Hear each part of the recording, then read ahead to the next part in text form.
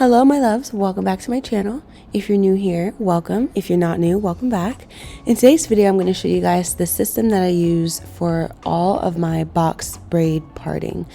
And I'm going to show you guys my chart and exactly how I go about getting perfect parts on every single client.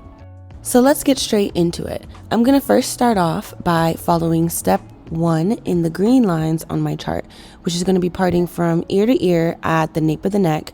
And you want to make sure that this line is straight and directly in line with your client's ears.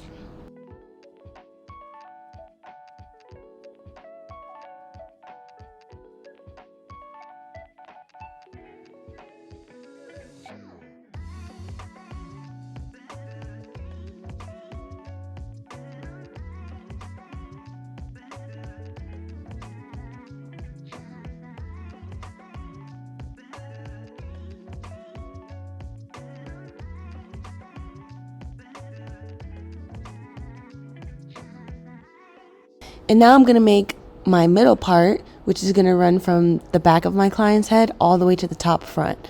So I'm going to start in the back by just parting that section straight down the middle.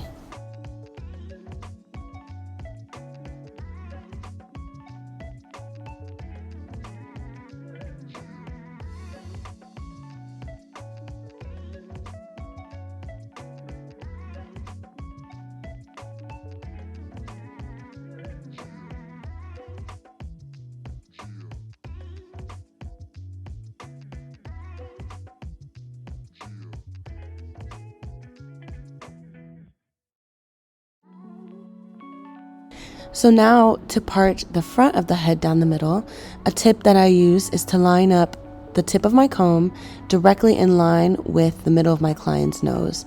And usually this will be a really good indicator of where the exact middle of their head is going to be. And usually I just take a few steps back just to make sure that, you know, it's in the middle and it's not crooked. And I'm just going to go ahead and precision part by applying my jam directly on my part and reparting it.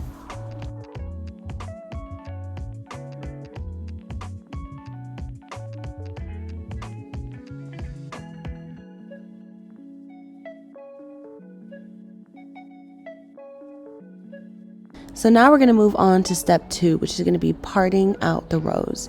So my Smedium braids do have 7 rows in total, and I kind of count them by doing 2 below that line and then parting out the other 5 above the line.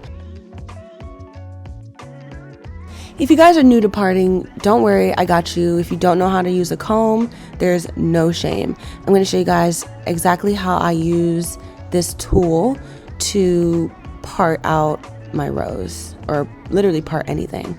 So I start by placing the tip, which is also called a rat tail. This is a rat tail comb or metal tip comb. And I'm going to slide that metal tip across my client's scalp. Take the hair and split it in half. Now you don't want to press too hard with the metal tip on your client's head, and you'll kind of see if you're pressing too hard because they'll either like wince or, you know, be like, ow.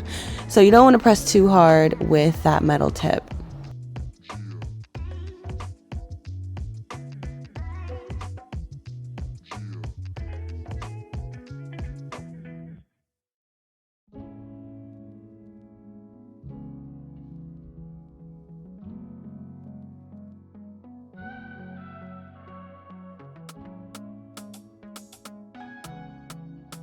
So now we're going to start parting out the bricks. I usually create a starter part in the middle just so I can clearly see how big each square needs to be, and then I will start parting. Now, rule of thumb, I try to keep all my Smedium parts the same, so that means I'm going to start off with 4 boxes at the nape of the neck. Now, some people have smaller, skinnier neck napes, and sometimes 4 boxes will not comfortably fit, which is fine, but you just have to keep that in mind and fit the rest of the boxes around that.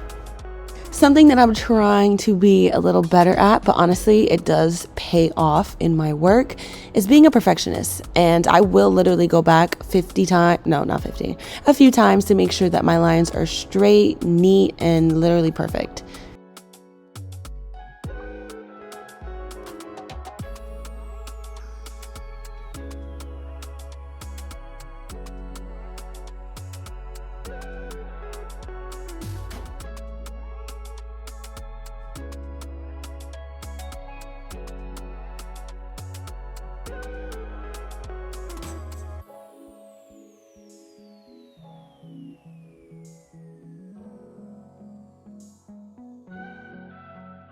So because this is a parting tutorial, I'm not going to go too in depth on how I create my knotless braid, but if you guys want a free resource, I do have a video up on my channel of a knotless braid tutorial. And if you guys want a more in-depth course, I do have a knotless 101 course where you can learn how to part, how to braid, all the products you need, all the tools you need, all in one course. And the link will be posted down in my description. So now we are on row 2. Now this row, because I follow a brick layer pattern, I'm going to make sure that each box is going to be staggered. And by that, I mean it's not going to be aligned with the box below it. So you can see I'm going to part right down the middle of that box and make my other part right down the middle of the other box. And this is going to give it a brick layered effect. Now I do this so that my braids can be full without being heavy. A lot of my clients don't like the heavy feeling of braids sometimes, but they do want that full non-scalpy look, and using a brick layering method is the perfect answer.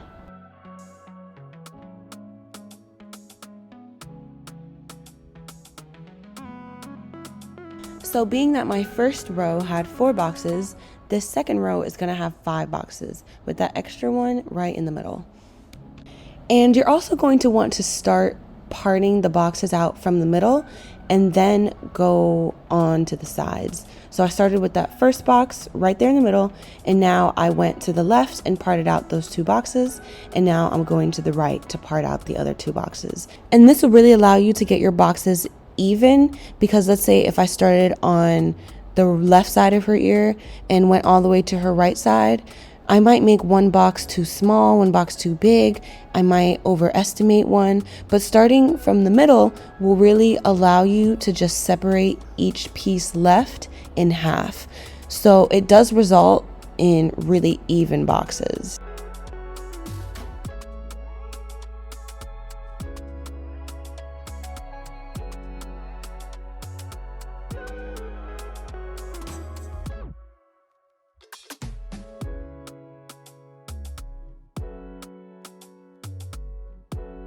So I followed the same pattern of starting from the middle and parting out the boxes all the way down the row. And now this is going to be my 5th row out of the 7.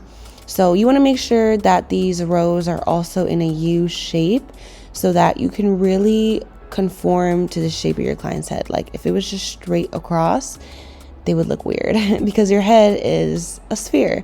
So make sure that your parts kind of have a U shape to them and you'll be fine.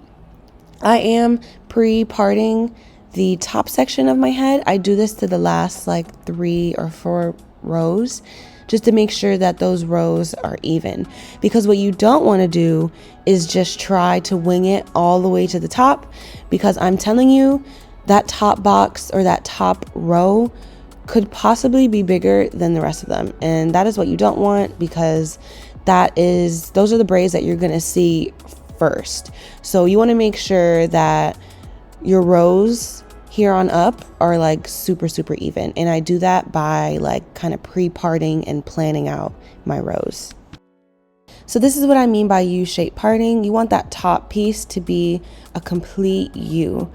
On my Smedium parting chart, it looks like a line, but because your head is 3-dimensional, it's going to turn into a U curve shape.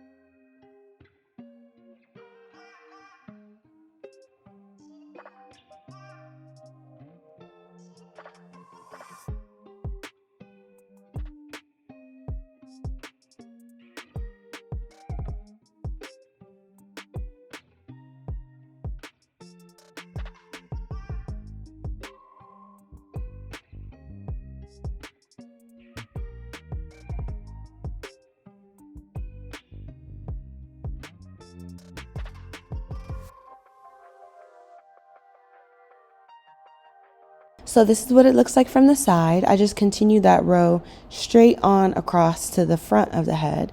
And you can see the front of the row gets a little skinnier just so I can accommodate the whole row and fit it on my client's head.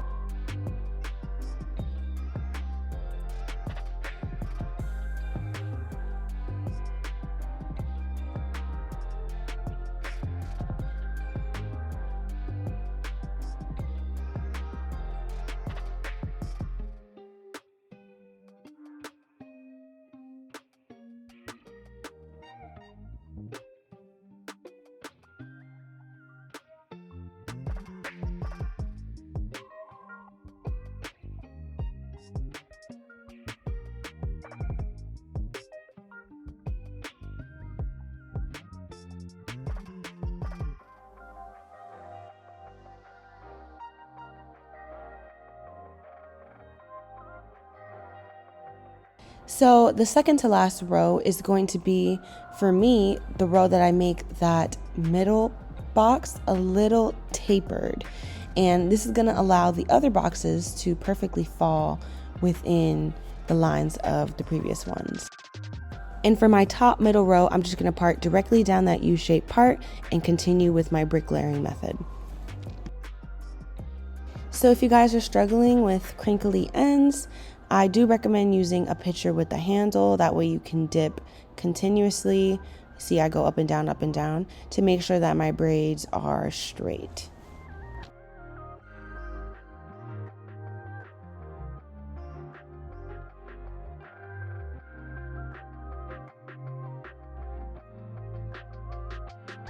So this is my final product of my Smedium knotless braids. And y'all, I know you see the parts, okay? I really pride myself in my parts. It is like my favorite aspect of braiding, just really seeing how seamless and neat those parts will come together, okay? You can't even tell from afar unless you split them apart what the parts look like, but to me, it is everything. So thank you guys so much for watching. I really hope this helped you out, that you can learn a couple tips that you can apply to your own braiding. And if you're not subscribed, please do hit that subscribe button as well as the like button, because I want you guys to see more content when uploaded. Thank you guys so much for watching. I love you all. See you guys next time.